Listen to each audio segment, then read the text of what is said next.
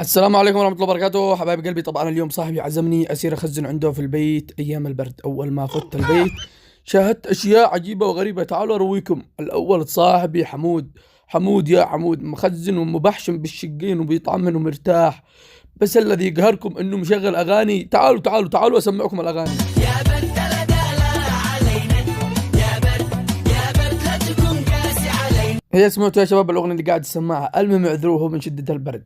أما صاحبي الثاني طه، يا طه، جالس يرقل حق الأغاني لحالهن. اسمعوا. كم به واحد دودي قال طب واحد دود يقات، هو مش عمل الدود القات، عمل الدود اللي فيه جالس بيرقل. تعالوا باقي صاحبي الثالث مقبل. الله لا قبل لك ما أنت مخزن وراقد وبطانية وبيراسل. الله هذا مش مخزن، هذا في عايش جو لحاله. المهم انا قاعد اتلفت يمين يسار فوق تحت. هل انا دخلت عند صاحبي ولا دخلت قسم ولاده؟